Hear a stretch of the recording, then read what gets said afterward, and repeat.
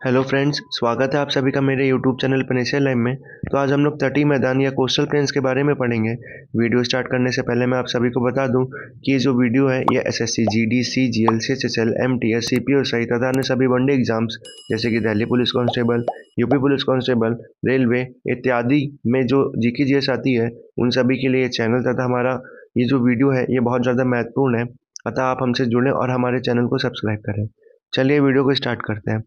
प्रायद्वीप तटीय मैदान, तो तटीय मैदान जो है वो हमारे प्रायद्वीपीय पठार के पूर्वी और पश्चिमी दोनों साइड में पाया जाता है।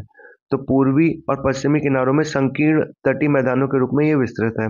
पश्चिम में यह जो है मैदान संकीर्ण है और कटा छटा हुआ है, जबकि पूर्व में जो है यह चौड़ा और समतल है। इस मैदान का निर्माण समुद्री तरंगों द्वारा अपर्दन व निक्षेपण या पठारी नदियों के द्वारा बहा कर लाए गए अवसादों से हुआ है। यह पश्चिम में अरब सागर से लेकर पूर्व में बंगाल की खाड़ी तक फैला हुआ है। भारत की जो तटीय स्थलीय जो रेखा है उसकी लंबाई 6100 किलोमीटर है।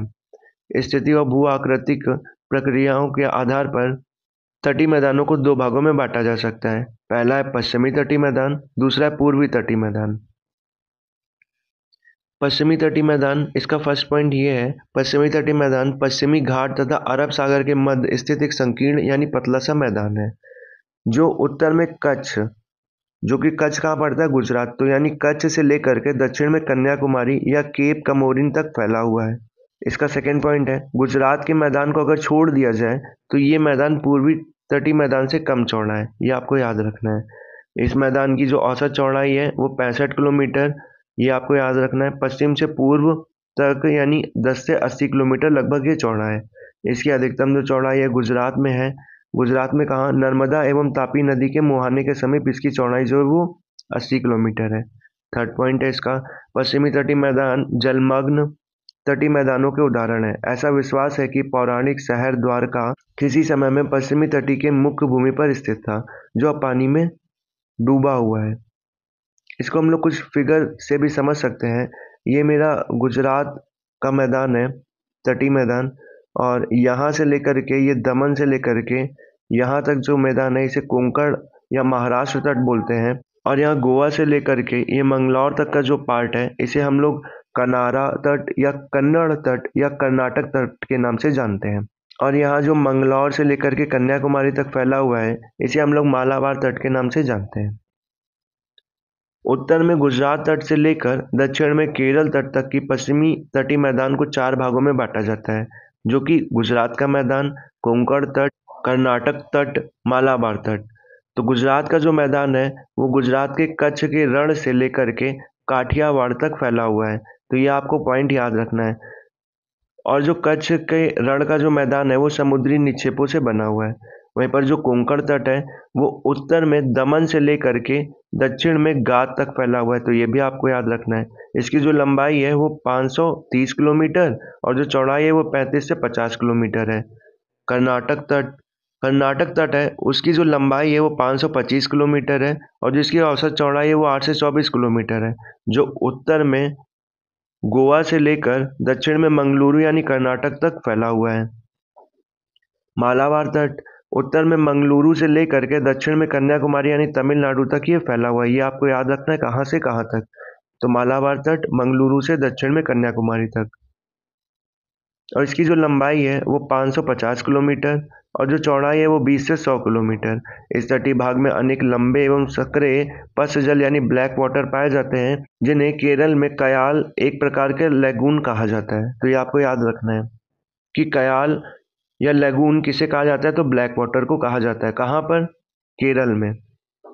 पूर्वी तटीय मैदान, इसका फर्स्ट पॉइंट ये है, जो पूर्वी घाट एवं पूर्वी तट के बीच में पूर्वी तटीय मैदान जो है वो स्थित है, जो कि उड़ीसा एवं पश्चिम बंगाल की सीमा पर स्थित स्वर्ण रेखा नदी से कन्याकुमारी तक फैला हुआ है। तो ये आपको याद रखना कहाँ से कहाँ तक फैला हुआ है, उड़ीसा एवं पश्चिम बंगाल की सीमा पर कौन सी स्वर्ण रेखा नदी से लेकर के कन्याकुमारी तक फैले हुए भाग को हम लोग क्या कहते हैं, पूर्वी तटीय मैदान कहते हैं।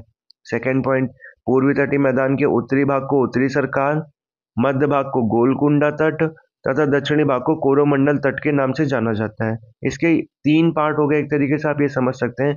उत्तरी सरकार तट, मध्य भाग को गोलकुंडा तट और दक्षिणी भाग को कोरोमंडल तट।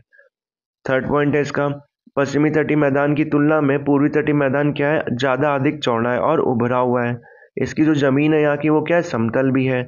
इसकी जो औसत चौड़ाई है वो 120 किलोमीटर है।